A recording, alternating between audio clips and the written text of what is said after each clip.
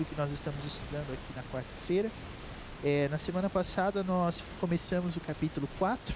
Muito embora nós tenhamos lido uma boa porção desse capítulo 4, nós não chegamos a falar de todos os versículos. Nós focamos mais do versículo 1 ao versículo 3. E agora eu gostaria de ler e tentar passar aqui pela exposição dos versículos de 4 a 10. Ok? Se por acaso não for possível nós abordarmos tudo, nós vamos falando do que nós conseguirmos hoje e assim dando continuidade até que todos tenham sido igualmente abordados. Então, irmãos, apenas para nossa familiarização contextual, nós vamos ler começando do versículo 1 mesmo, indo até o versículo 10, e aí nós fazemos o que fazemos toda semana, que é falar um pouquinho sobre aquilo que já foi dito, e aí isso servirá de preparação para o que nós temos para hoje, ok? Tiago capítulo 4, versículos de 1 a 10. Gostaria de ler e eu vou pedir para que os irmãos, por gentileza, estejam acompanhando a leitura. A palavra do Senhor diz assim: De onde procedem guerras e contendas que há entre vós? De onde? Senão dos prazeres que militam na vossa carne. Cobiçais e nada tendes. Matais e invejais e nada podeis obter. Viveis a lutar e a fazer guerras. Nada tendes, porque não pedis. Pedis e não recebeis, porque pedis mal, para esbanjardes em vossos prazeres.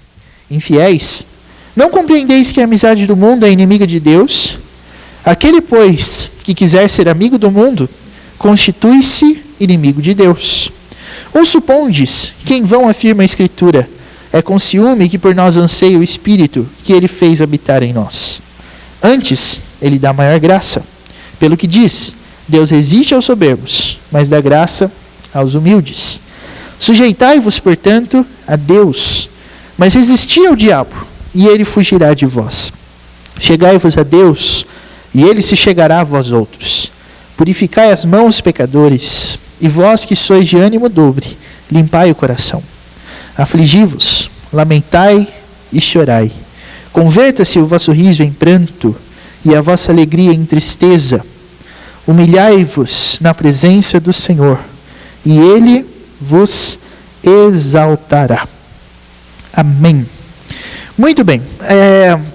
Vamos então dar sequência aqui ao nosso estudo, irmãos, e eu gostaria de começar falando sobre os 3 primeiros versículos que foram alvo da nossa exposição na semana passada.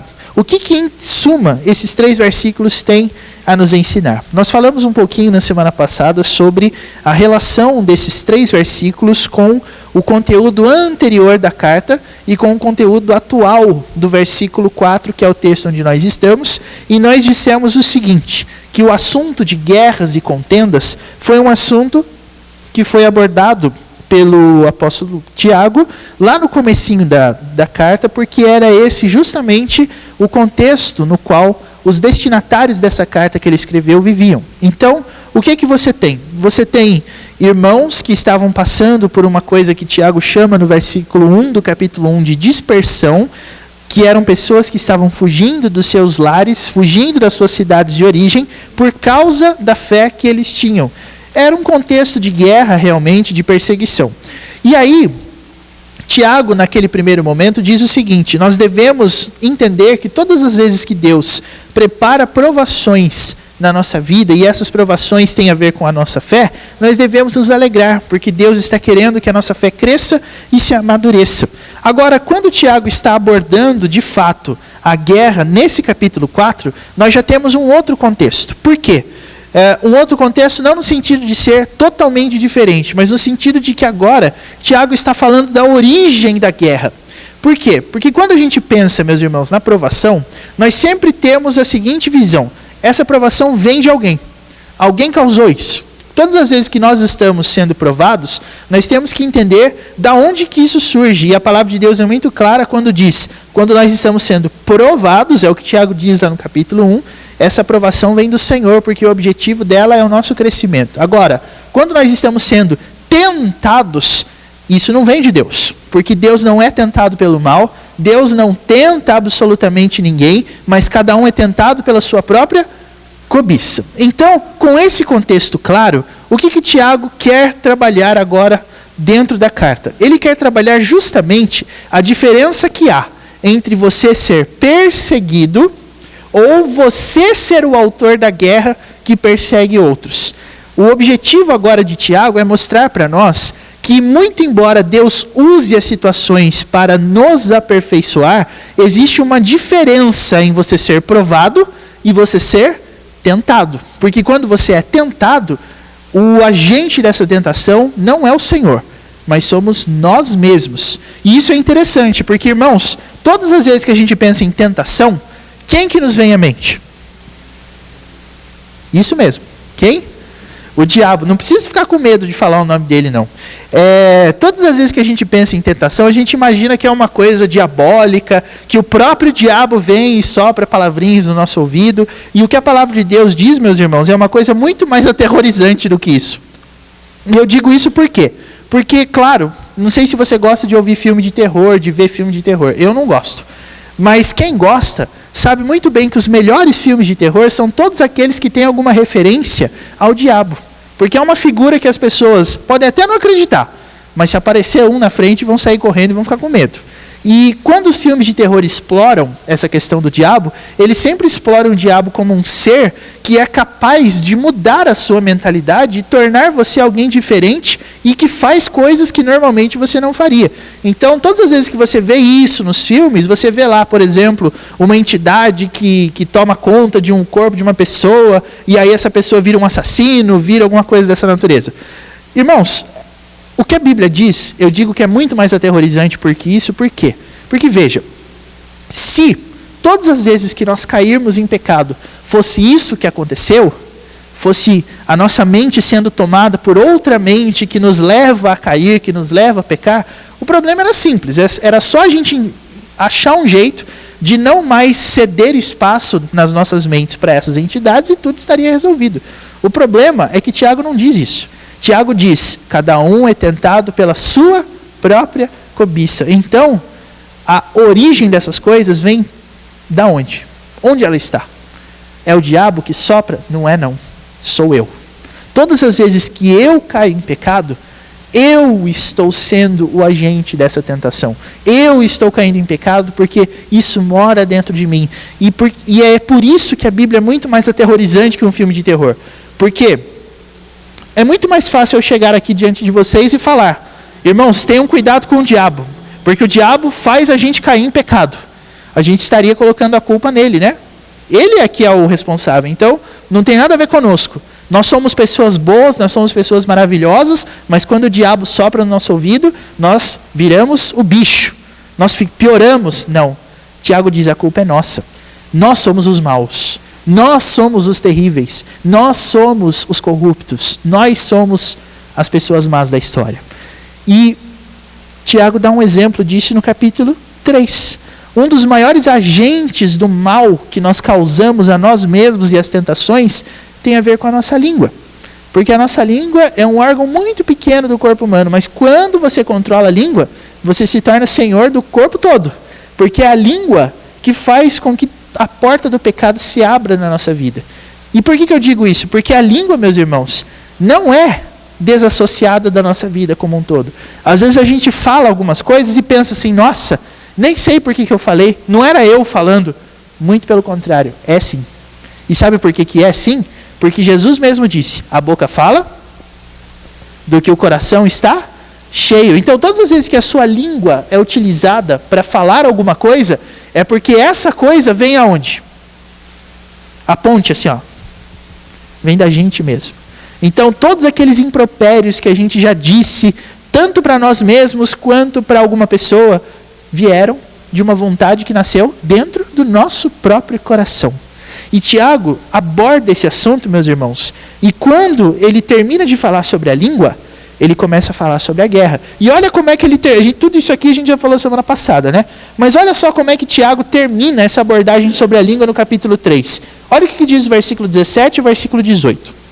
Do capítulo 3, tá? Aí pertinho do capítulo 4. Diz assim, a sabedoria, porém, lá do alto é primeiramente pura, depois pacífica, indulgente, tratável, plena de misericórdia e de bons frutos, imparcial e sem fingimento. Aí o 18 diz assim: ora, é em paz que se semeia o fruto da justiça, para os que promovem a paz. E aí o versículo 1 do capítulo 4 nos está perguntando assim: se o fruto de justiça nasce no ambiente de paz, então o que explica as guerras? Da onde que essas guerras vêm? E aí Tiago faz essa comparação. Se a sabedoria lá do alto é a fonte dos frutos de justiça, então as guerras são fruto de quê? Qual é a resposta que ele dá aí no mesmo versículo 1? Dos prazeres que militam na vossa carne. Então, essa é a comparação que Tiago está fazendo. A sabedoria lá do alto é pura. As guerras nascem do nosso coração. Nós somos os maiores responsáveis por esse conflito de interesses, porque a cobiça move a nossa vida de uma tal forma que nem mesmo orar como convém nós conseguimos. Porque em vez de nós orarmos para que Deus nos livre das nossas cobiças, nós oramos motivados pelas nossas cobiças. É o que diz aí o versículo 2: cobiçais e nada tendes. E aí nós explicamos bem esse negócio de nada tendes. Por quê? Porque qualquer pessoa com um mínimo de bom senso sabe que não é... A palavra nada é um pouquinho forte, né? A gente fala assim, essa pessoa não tem nada. Não ter nada significa que ela não possui absolutamente nada que ela possa dizer que é seu. Nem roupa do corpo, nem casa, nem dignidade, nem nome, nem nada disso. E não existe ninguém nessa condição, meus irmãos. Então, quando Tiago usa essa palavra, e nada tendes, Tiago está muito mais interessado em dizer para eles o seguinte: cobiçar não vai levar você a conseguir o que você quer. Por quê? Porque você pode ter um monte de coisa, mas se você não tem o que você queria ter, você vai olhar para tudo que você tem e vai falar assim: eu não tenho nada. Nada. E é exatamente isso que Tiago está colocando aqui. Se você é uma pessoa que vive motivado pela cobiça, você nunca vai achar que tem o que deveria ter. Você nunca vai achar que possui o que você deveria possuir. E isso levará você então a viver brigando. Isso é garantia que você vai conseguir alguma coisa? Não. E aí Tiago diz: nada tendes porque vocês não pedem, mas vocês pedem e não recebem porque vocês pedem mal. Versículo 3: para esbanjar nos prazeres. A partir daí, meus irmãos, a conversa muda. Muda por quê? Porque Tiago, quando ele critica esse estilo de vida baseado na cobiça, Tiago está agora relacionando isso com uma coisa muito mais séria. Se você um dia perceber que é a cobiça que está movendo a sua vida, movendo você a desejar, movendo você a pensar e a agir, isso tem uma explicação. Quem é movido pela cobiça, meus irmãos? Essa é a pergunta. Quem é movido pela cobiça? O versículo 4 começa a responder essa pergunta para nós. Mas ao mesmo tempo, a pergunta está aí. Quem é movido pela cobiça? Que tipo de pessoa é movida pela cobiça? Versículo 4 responde isso dizendo para nós o seguinte: infiéis, não compreendeis que a amizade do mundo é inimiga de Deus? Aquele, pois, que quiser ser amigo do mundo, constitui-se... Eu queria que vocês lessem isso bem alto para mim. Constitui-se... Por isso que eu disse que a conversa ia ficar pior. Porque observe a argumentação de Tiago. Aqueles que vivem cobiçando são inimigos de Deus. E quem é inimigo de Deus é amigo de onde? Não foi isso que o texto disse. É amigo do mundo. E aí é que está. Por que ele não disse amigos do diabo, mas ele disse amigos do mundo? Ah, mas não é a mesma coisa? Aparentemente não. Por que a gente ouve essa palavra aí, amigo do mundo? O que o mundo tem a ver com isso, irmãos?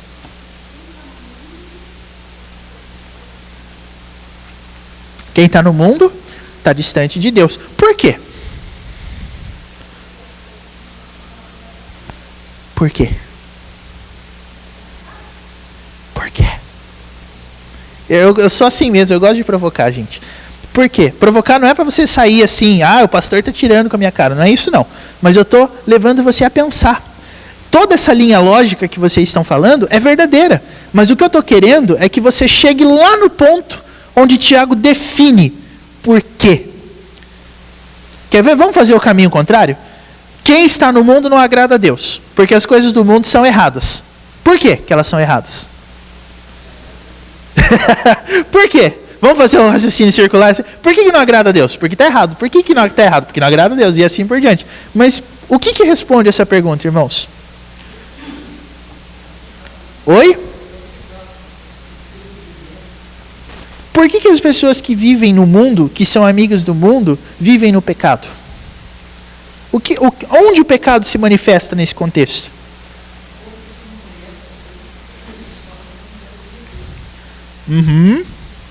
A resposta, meus irmãos... vou deixar vocês falarem um pouquinho mais. Mais alguma ideia? Mais alguma ideia que vocês queiram colocar aí para nós? Então deixe-me apontar para você. A resposta, meus irmãos, para isso está justamente no versículo 1. As pessoas que vivem no mundo são pessoas que são motivadas pelos seus prazeres. Aí é que está o grande segredo. Nós vivemos na vida, meus irmãos, de duas possibilidades. Ou nós agradamos a Deus, ou nós agradamos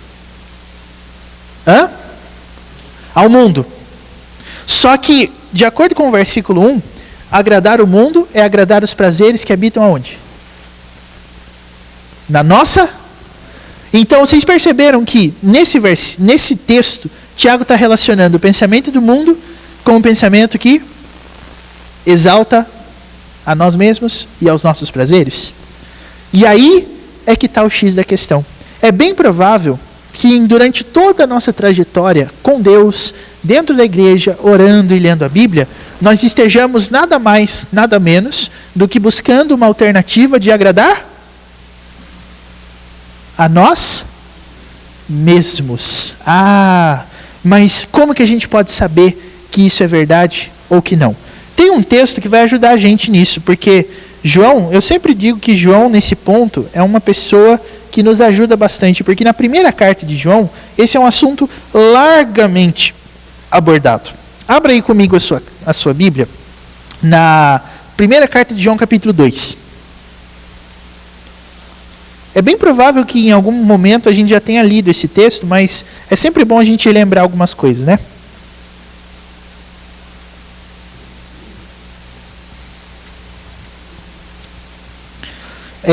Primeira carta de João, capítulo 2, versículo 15, 16 e 17.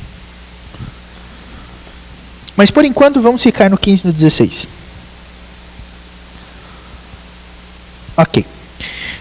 O texto diz assim: não ameis o mundo, nem as coisas que há no mundo.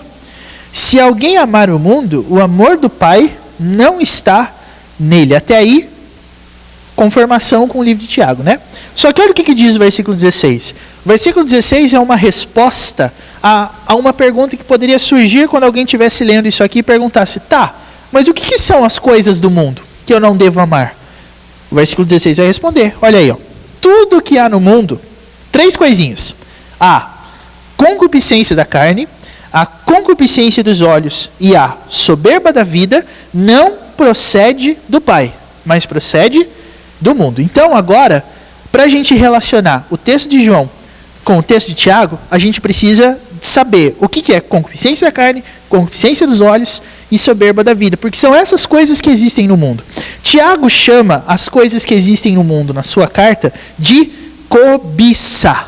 E é exatamente esse ponto de partida para nós identificarmos o que diz aqui em João. Por quê? Concupiscência, palavra que significa desejo quase incontrolável, e em medida extremamente intensa. É aquele desejo que quando ele bate, ele é difícil de ser controlado. Repare que eu disse a palavra difícil e não a palavra impossível. Eu disse difícil.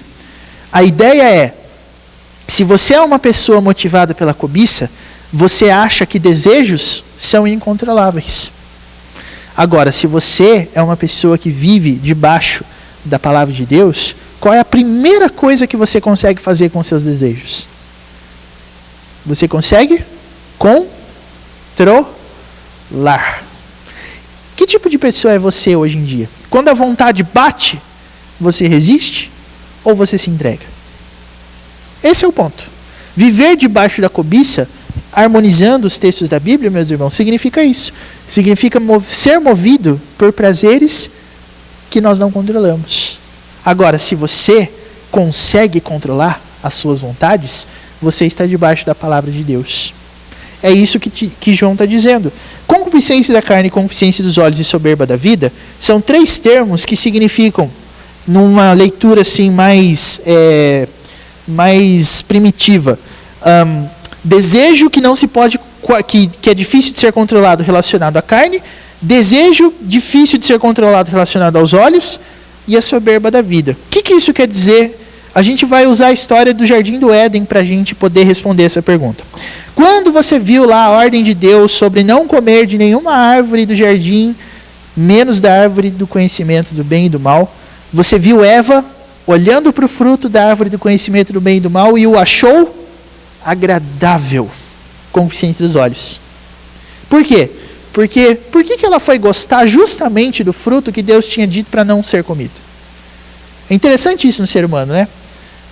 Se você tem filho pequeno na sua casa, ou se os seus filhos já foram pequenos um dia, você vai lembrar que existem alguns lugares da sua casa que você falava, aqui você não pode mexer, porque aqui tem coisas que são importantes para mim, para sua mãe ou para quem quer que seja. Um dia você vai ver o seu filho tentando escalar lá a prateleira ou alguma coisa assim para ver o que tem lá. Mas por que ele ficou tão curioso em saber o que tinha lá? Porque não podia. E aí alguns pais gênios assim vão pensar, então agora a saída é não proibir nada. Vai nessa. Mas a ideia é a seguinte, você colocou um limite, a pessoa vai começar a se sentir atraída por aquilo. Por quê? Porque é do ser humano. A gente se atrai pelo que não pode. Concupiscência da carne. Agora, ao mesmo tempo, Eva viu que o fruto era desejável para se comer, agradável aos olhos e comeu.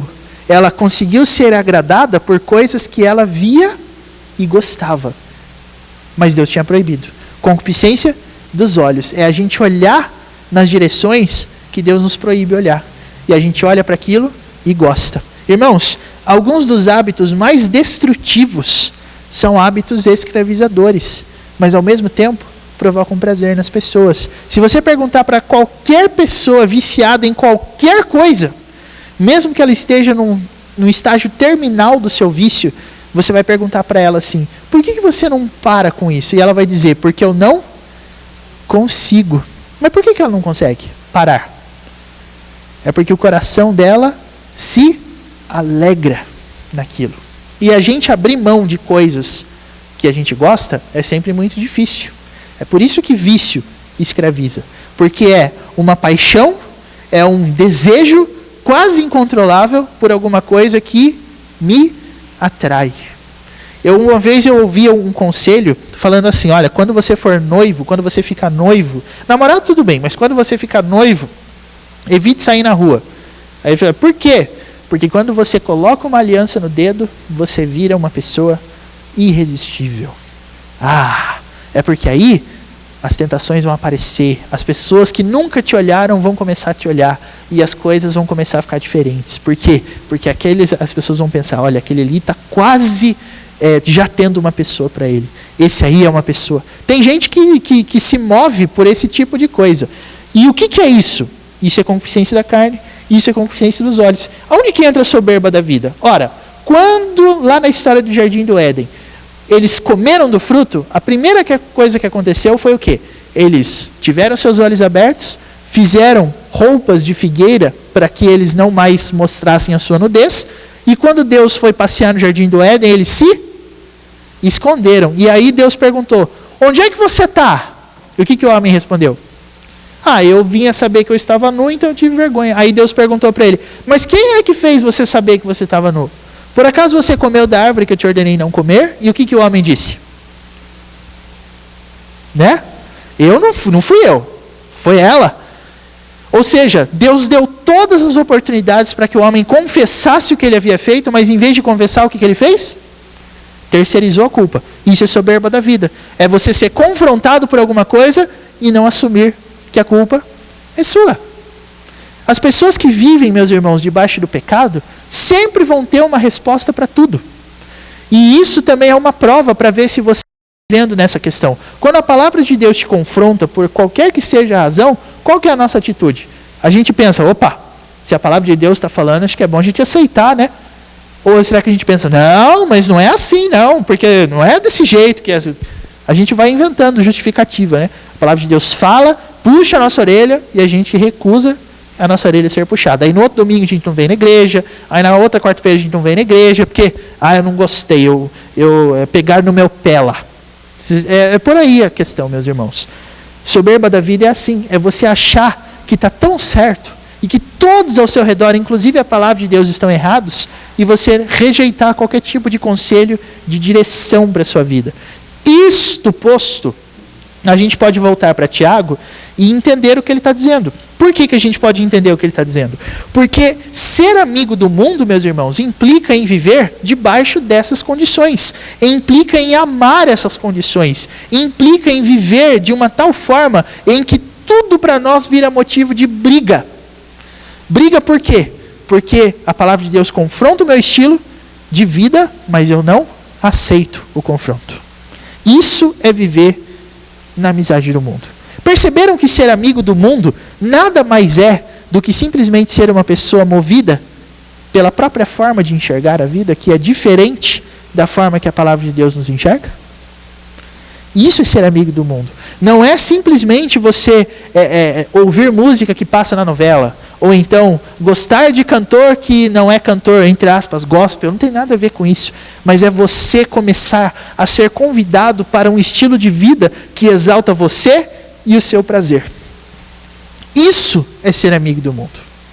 É uma frase que se você quiser anotar aí na sua Bíblia, pode anotar. Ser amigo do mundo nada mais é do que viver uma vida na qual você e os seus prazeres é que determinam o que acontece. Isso é ser amigo do mundo. O mundo que nós vivemos, meus irmãos, é um mundo que diz que desejos não podem ser controlados. E isso é bastante claro quando a gente vê o conceito de família, por exemplo, que é abordado nos filmes, nas novelas, nos seriados e até nos consultórios ali dos psiquiatras. Por quê? Porque se um dia o marido olhar para a cara da mulher e não querer mais viver ao lado dela, o psicólogo, o médico, o amigo, o mundo que você vive vai dizer, ué, mas se você não é obrigado a viver do lado de uma pessoa que não te faz feliz, parte para outra. O problema é dela. Se você não quer mais, mude de vida. Só que quanto tempo vai demorar para essa pessoa achar alguém que a faça feliz de verdade? Se a gente for usar o exemplo do casamento, né? Quantos casamentos vai demorar, meus irmãos? Uns 20? 30?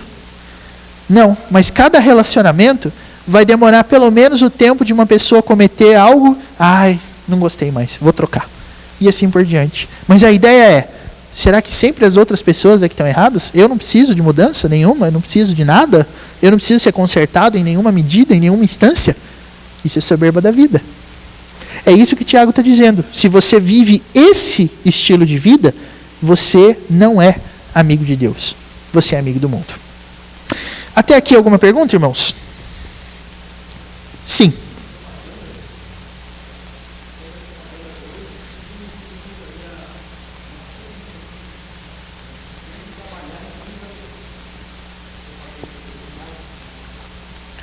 Por quê? Porque a propaganda boa é aquela que você assiste e pensa assim, eu preciso disso. Meu Deus, minha vida não vai ser a mesma se eu não comprar isso. Inclusive, aproveitando esse exemplo que o Maurício pôs aqui, uma vez eu assisti, meus irmãos, uma propaganda de pasta de dente. Sabe como é que era a propaganda de pasta de dente? Era bem assim. A pessoa acordava de manhã, ia com aquela cara desanimada assim na frente do espelho, sabe? Colocava a pasta. Na hora que a pessoa colocava a pasta na escova e começava a escovar o dente, aí a câmera dava um close por cima assim, as paredes da casa caíam e aquela pessoa se via numa praia maravilhosa, com as pessoas querendo tirar foto com ela e tudo. Por quê? Porque o slogan da propaganda era assim, Um sorriso bonito é o caminho para uma vida feliz. Olha só que beleza. Escovando o dente, a pessoa pensou nisso. Olha que beleza. Mas a ideia é a seguinte: o que eles quiseram trabalhar naquela propaganda? Ué, se você é uma pessoa que consegue transmitir essa ideia de sucesso, essa ideia de beleza, você vai abrir muitas portas. Porque é isso que o mundo está procurando. Se você for uma pessoa que mostra o que você tem, que mostra as suas características, todo mundo vai querer você. Todo mundo vai gostar de você. E aí você olha isso e pensa, meu Deus, quem que não quer um negócio desse? É isso que eu preciso. Pasta de dente, irmãos. Pense só o que você não vai ver por aí em outras propagandas. Mas a propaganda de pasta de dente estava explorando isso. Autoestima. Olha que interessante. Aí você vai ver que a palavra de Deus, quando ela fala sobre isso, tem esse argumento. Isso não é viver com Deus. Isso é viver no mundo. Isso é viver numa quantidade sem fim de guerras e você não vai conseguir ainda o que você queria conseguir. Até aqui mais alguma coisa que os irmãos queiram falar?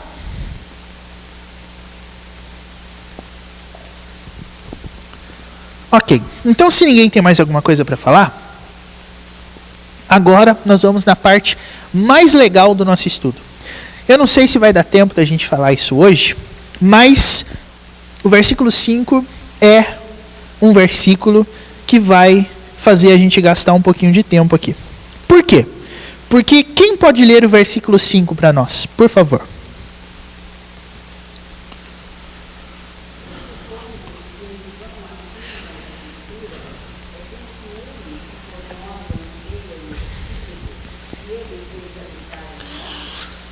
Bom, esse argumento de Tiago, meus irmãos, é um argumento que ele usa para justificar o porquê nós não podemos viver em cobiça.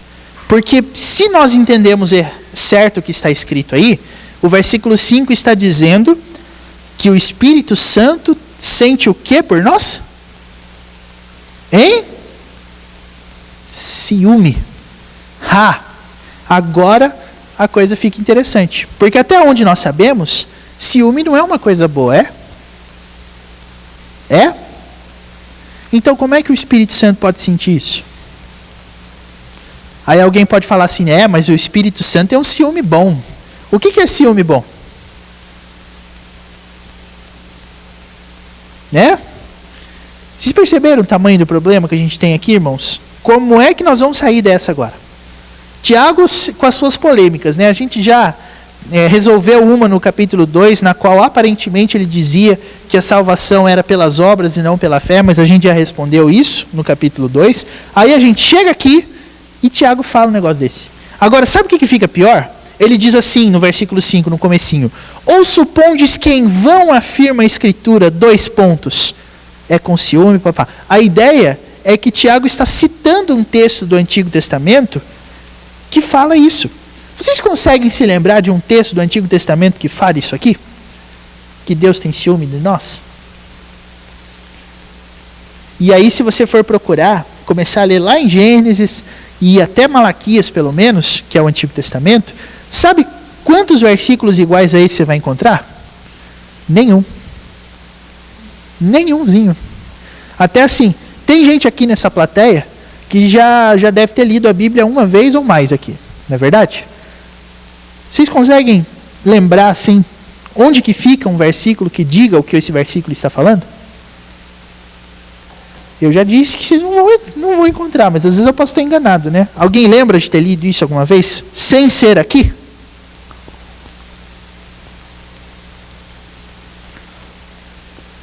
Ai. Então quer dizer que pode sentir ciúme, porque Deus sente também. E agora, irmãos? O que nós vamos fazer? O que nós vamos usar? Por que Tiago vai citar justo isso? E no que isso tudo tem a ver com o que a gente está falando? Então, eu vou tentar seguir dois caminhos com vocês. Primeiro, interpretar. E depois, relacionar a interpretação com o conteúdo onde ele está inserido. Ok? Então, partindo primeiro para a interpretação. Como que nós vamos entender essa coisa do Espírito Santo sentir ciúmes por nós? Eu disse para vocês que o texto que nós lemos no início seria um texto de preparação para o nosso estudo. E nós lemos Isaías capítulo 43. Você se incomoda de voltar lá rapidinho? Lá em Isaías 43, você vai perceber que esse é um texto que fala bastante sobre essas coisas. Isaías, na verdade, é um texto onde Deus fala algumas coisas bem interessantes. Mas antes da gente chegar lá, veja só. A gente leu Isaías 43, né? 43, 12. Por favor. Se alguém puder ler aí para nós, pode ler.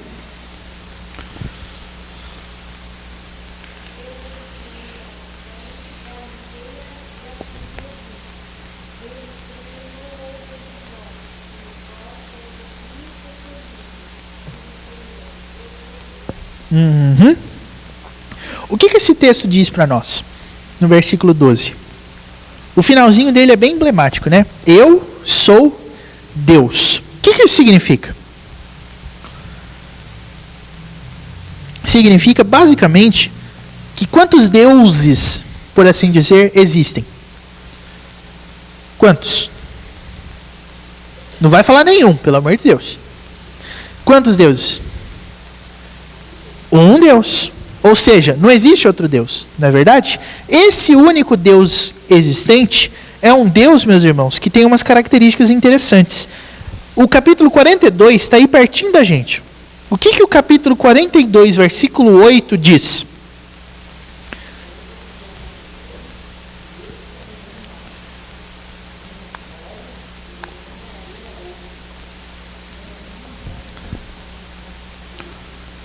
A Bíblia diz que esse Deus, o único Deus existente, é o Senhor. O nome dele é Senhor. E ele diz uma coisa mais interessante ainda no capítulo, aí pertinho de vocês. A minha glória eu não darei a outrem, é o que o texto diz. Deus não reparte a glória dele. Como que a gente pode chamar isso? De você não repartir uma coisa sua com as pessoas? Egoísmo. Nesse sentido, meus irmãos, o que Deus está dizendo aqui? Ele não divide o que é dele. O que ele é, portanto? Como é que a gente chama alguém que não reparte o que é seu? Hein? Pode falar. Egoísta. Aí, irmãos, a gente vai ter que concluir algumas coisas muito legais. Mas antes da gente concluir essas coisas, agora eu quero que você volte lá para Êxodo capítulo 20, que é quando nós temos ali os 10 mandamentos, né? Quando Deus fala sobre isso, no capítulo 20, ele se chama de uma coisa muito legal. Ele mesmo diz uma coisa interessante sobre versículo 5. Eu gostaria que os irmãos acompanhassem a leitura aí, e aí, quando chegar a hora da ênfase, eu vou pedir para você fazer isso junto comigo. Êxodo 20, versículo 5. Olha só o que diz. Não as adorarás, nem lhes darás culto, porque eu sou o Senhor, teu Deus, Deus zeloso. Deus está dizendo isso, né? Que ele é zeloso. Entre outras palavras, que outro sinônimo para zeloso nós poderíamos dizer? Nós poderíamos usar aqui. Quem é zeloso é cuidadoso, que mais? Protetor, que mais? Ninguém vai falar a palavrinha que eu estou pensando? Isso mesmo! Uma pessoa zelosa é uma pessoa ciumenta. Agora, como é que Deus pode ser ciumento e zeloso sem que isso seja errado? Irmãos, é a Bíblia que está usando esses termos, não sou eu. Como que a gente pode explicar isso? Quem consegue achar uma saída para nós aí? Se eu for o que Deus é, eu estarei errando. Agora Deus não. Por quê? Tem um pregador que eu gosto muito, chamado John Piper, que explicou isso numa palestra. E antes de usar a explicação dele, eu vou querer que você mesmo chegue a essa explicação sozinho na sua cabeça. A pergunta que eu fiz é a seguinte: Por que Deus, não dividindo a glória dele com ninguém, sendo zeloso e dizendo que tem ciúme, ainda assim não está errado? Mas quando eu faço tudo isso, eu estou errado. Qual que é a diferença entre o meu jeito de ser e o jeito de ser de Deus? Oi? E o que isso quer dizer?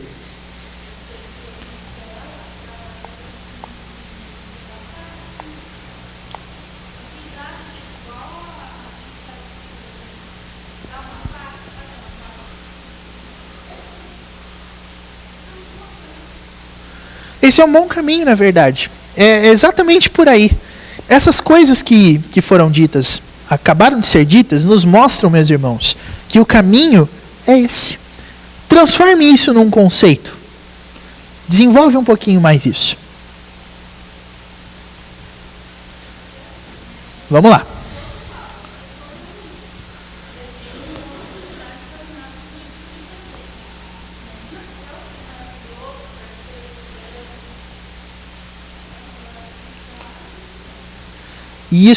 E a maneira de Deus demonstrar essa soberania, esse amor dele, é nos conduzindo para quem? É nos levando para ele. Agora, Deus é todas essas coisas, meus irmãos, porque como a própria Bíblia diz, ele é o único. Todas as vezes que nós estamos buscando as mesmas coisas que Deus é, nós corremos para ele? Não, nós queremos achar um jeito alternativo de viver que não nos leva para perto dele. Agora, quando Deus age como está agindo, ele está conduzindo a gente para a única verdade que existe. Então, basicamente, o pecado na nossa vida é quando nós tentamos fazer de nós mesmos o nosso próprio Deus. É quando eu quero ser o meu próprio Deus. Eu quero ser o único bem supremo, eu quero ser o único amado, eu quero ser o único que recebe algum tipo de afeto e de carinho. Para o ser humano, isso é egoísmo. Para Deus, não. Por quê? Porque quando eu me aproximo de Deus, eu também me torno mais amoroso em relação aos outros. Quais são os 2 mandamentos que resumem toda a lei, meus irmãos? Amarás o Senhor teu Deus de todo o teu coração, toda a tua alma, todas as tuas forças e todo o teu entendimento, e amar o seu. Quando eu amo a mim mesmo acima de qualquer coisa, eu amo o meu próximo? Quando eu não divido o que é meu com o próximo, eu estou amando o meu próximo? Não. Mas quando Deus faz isso, ele nos leva a cumprir essas coisas. Esse é o segredo. Quando a Bíblia usa esses termos, meus irmãos, é porque ela está querendo dar um choque de realidade na gente no seguinte sentido: Deus sabe que ele é o único, que ele é o supremo, que ele é o soberano e que não existe outro além dele. Quando eu ajo querendo ser Deus, eu não me aproximo dele. É por isso, irmãos, que quando o homem comeu do fruto proibido, Deus o expulsou do jardim. Por que ele o expulsou do jardim? Porque o homem, em vez de seguir a regra de amor do próprio Deus, resolveu inventar uma para si. E quem é o legislador, o autor das leis, o autor dos mandamentos? Não é Deus? Então, quando o homem tentou armar o seu próprio mandamento, o que ele se tornou? Eis que o homem se tornou como um de nós. E aí Deus disse assim: não existe espaço para 2 deuses nessa criação. Por isso, o homem foi lançado fora. Essa é a história, meus irmãos. Por isso que quando Deus disse assim lá no Jardim do Éden: eis que o homem se tornou como um de nós, conhecedor do bem e do mal, não é que o homem tinha se tornado Deus, mas é que o homem ganhou, ou achou que ganhou, uma capacidade de determinar o que é bem e o que é mal. Em vez de se submeter ao critério de Deus do que é bem e do que é mal, o homem criou o seu próprio. E quem é que determina bem e mal? Não é Deus? Então, quando o homem tentou ser o seu próprio Deus, ele foi expulso. Para que Deus mostrasse a ele: eu sou o único Senhor. É por isso, meus irmãos, que o primeiro dos mandamentos, dos 10, qual que é mesmo? Não terás outros deuses diante de mim. Ou seja, quando você for se aproximar de Deus, nunca vá se aproximando de Deus como se você fosse igual a Ele, porque você não é. Ter outros deuses no lugar de Deus não significa ter uma estátua, um santo, uma imagem somente. É isso também, mas não é só isso. Mas é você viver debaixo da própria lei, debaixo do próprio jeito de ver o mundo e a vida. Isso Deus não tolera, porque Ele é o legislador. Nesse sentido, meus irmãos, é que a gente pode entender esse ciúme de Deus. Porque quando Ele olha para o homem, Deus sabe quem é o único, quem é o supremo, quem é o maior. E quando nós, que já somos filhos, não só criaturas, mas filhos, nos desviamos desse caminho, Deus se apressa em nos trazer de volta, porque Ele sabe que Ele é o único. Agora, para a gente aprender isso, leva um tempinho. É por isso, meus irmãos, que a gente às vezes passa por algumas situações de humilhação. É por isso. Olha o que diz o versículo 6 de Tiago, capítulo 4. Se você não está lá em Tiago, pode voltar, por favor. E todos nós vamos ler o versículo 6.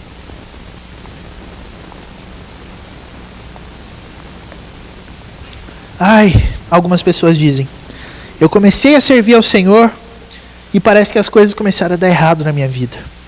Sabe como é que esse versículo 6 explica isso? Olha só. Todos já encontraram? Vamos ler o versículo 6. Antes, Ele dá maior graça, pelo que diz: Deus resiste aos soberbos, mas dá graça aos humildes. Então agora você é capacitado a entender o que Tiago quis dizer com resistir aos soberbos e dar graça aos humildes. Quem é soberbo? De acordo com essa interpretação, é aquele que vive na sua própria cobiça. E quem é o humilde? É aquele que se sujeita ao Senhor. Irmãos, todas as vezes que você olhar a sua própria vida e achar que alguma coisa está errada, na verdade, a questão não é estar errado. A questão é, o que é que você pensa que a sua vida é e que os acontecimentos da sua vida estariam te levando? O que você pensa sobre isso? Às vezes a gente chega a essas conclusões da nossa vida, né? Puxa vida, tudo deu errado. Espera um pouquinho aí. Mas deu errado em que perspectiva? Em que visão?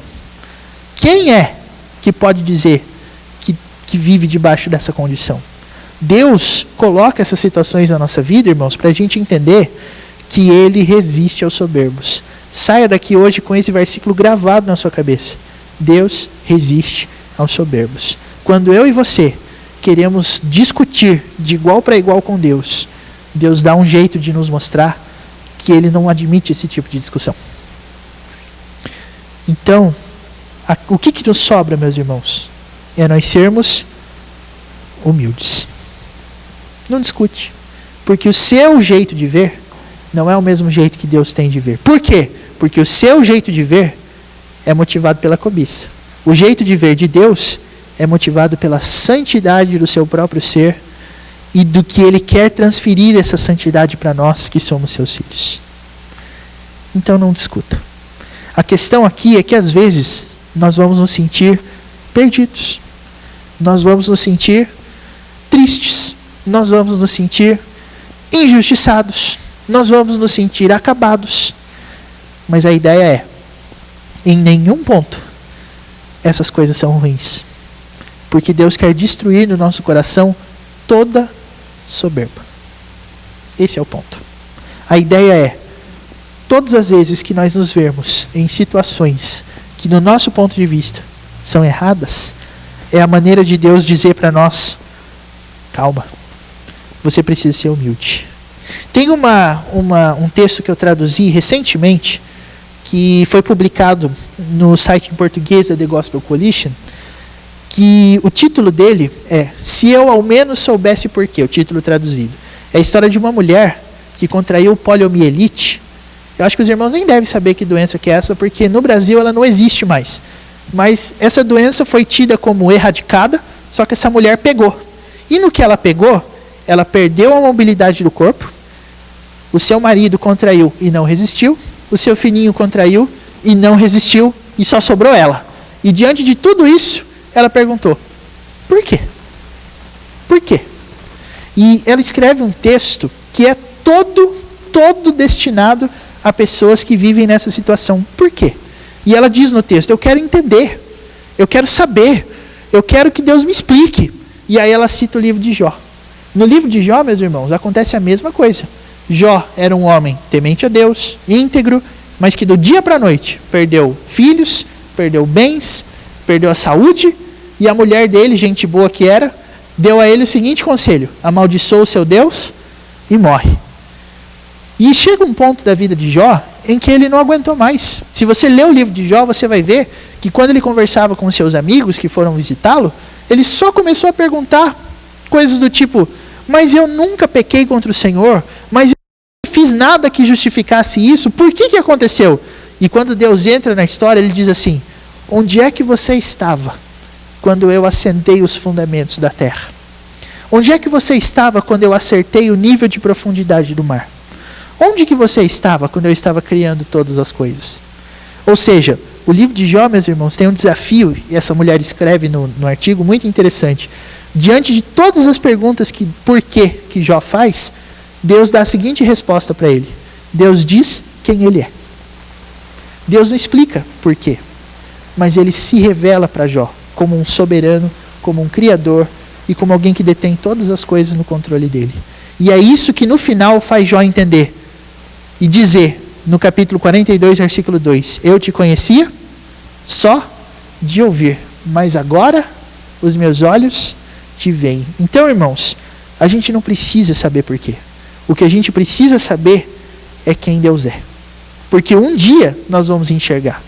Mas o que eu quero dizer com isso não é que você não vai saber. Você vai saber. Tiago está dizendo que o propósito dessas coisas na nossa vida é que nós precisamos criar humildade no nosso coração. Esse é o ponto. Nós temos uma forma muito peculiar de enxergar a vida e de agir. Em alguns momentos a gente bate a cabeça. E por que a gente bate a cabeça? Porque Deus não nos ama? Muito pelo contrário. Porque Ele quer mostrar que a gente precisa deixar de ser soberbo. Esse é o ponto. E só para lembrar você, Tiago, no capítulo 1, também usa a mesma argumentação. Só para você dizer que eu não estou querendo forçar a barra, mas Tiago já vai fazer isso. No capítulo 1, versículos 16, 17, 18 e 19 e 20, Tiago vai dizer assim, não vos enganeis, meus amados irmãos, toda boa dádiva e todo dom perfeito são lá do alto, descendo do Pai das luzes, em quem não pode existir variação ou sombra de mudança. Pois segundo o seu querer, Ele nos gerou pela palavra da verdade, para que fôssemos como que primícias das suas criaturas. E aí o que ele diz? Sabeis essas coisas, meus amados irmãos. Todo homem, pois, seja pronto para ouvir, que mais? Tardio para falar e tardio para se irar. Quer dizer, quando você começar a reclamar de alguma coisa que vem de Deus, lembre de uma coisa. Tudo que Deus faz é bom. Por isso, seja tardio para falar. Seja tardio para se irar. E seja pronto para ouvir. Você não sabe o que Deus quer mostrar para você com isso. Ou melhor, você sabe sim.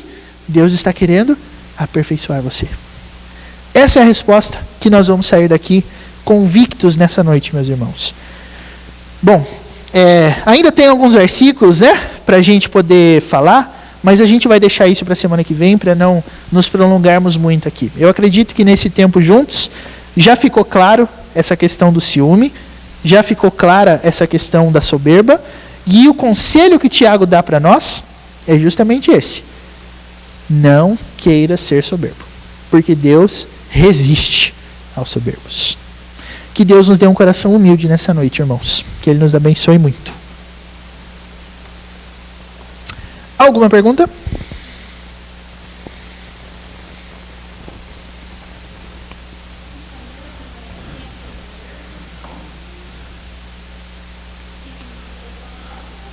Cobiça. Isso. E o que é viver de acordo com a própria cobiça? É criar a própria lei. O próprio conceito de certo e errado. O próprio jeito de ver. O que Deus vai fazer com essas pessoas? A Bíblia tem muito versículo que fala sobre isso, né, irmãos? Um deles é esse que a gente leu, que Deus resiste aos soberbos. Tem um outro lá em Provérbios que diz assim, A soberba precede a ruína. Ou em outras traduções, a queda. Também existe um outro que é muito conhecido nosso que fala assim, lá em Pedro, né? Humilhai-vos sob a poderosa mão de Deus, para que Ele em tempo oportuno vos exalte. Porque Deus humilha os exaltados. Tudo isso é verdade. Tem muita coisa sobre isso que a gente precisa aprender. E é por isso, meus irmãos, que às vezes Deus faz isso conosco. Como é que Deus pode ser ciumento, egoísta, e isso não ser errado? É porque Deus sabe que Ele é o único, que Ele é o supremo, que Ele é o único ser que é capaz de providenciar essas coisas. Agora, quando eu sou assim, eu não conduzo ninguém para Ele. Quando Deus diz que Ele não divide a glória dEle com ninguém, é porque não existe outro além dEle. Agora, quando eu me comporto assim, eu me afasto de Deus. Quando eu me rendo a isso, eu me aproximo de Deus. Por isso que Deus pode ser ciumento, e ainda assim, isso não é pecaminoso. E isso, meus irmãos, é a maior prova de que Deus nos criou. E do quanto o pecado virou um pouco o jogo nos nossos corações. Por quê? Porque Deus nos criou para amar e sermos amados. A diferença é que o pecado faz com que o amor seja sempre próprio. Eu vou me envolver com coisas que me fazem bem, eu vou querer coisas que me alegram, eu vou estar em lugares que me agradam, mas e se não agradam a Deus? O que importa sou eu. É por isso que o mandamento é assim: amai uns aos outros, amai o seu próximo como a ti mesmo. O pressuposto é, você se ama. Você ama a si mesmo. Quando você transformar esse amor em amor ao próximo, você será como Deus. É isso aí.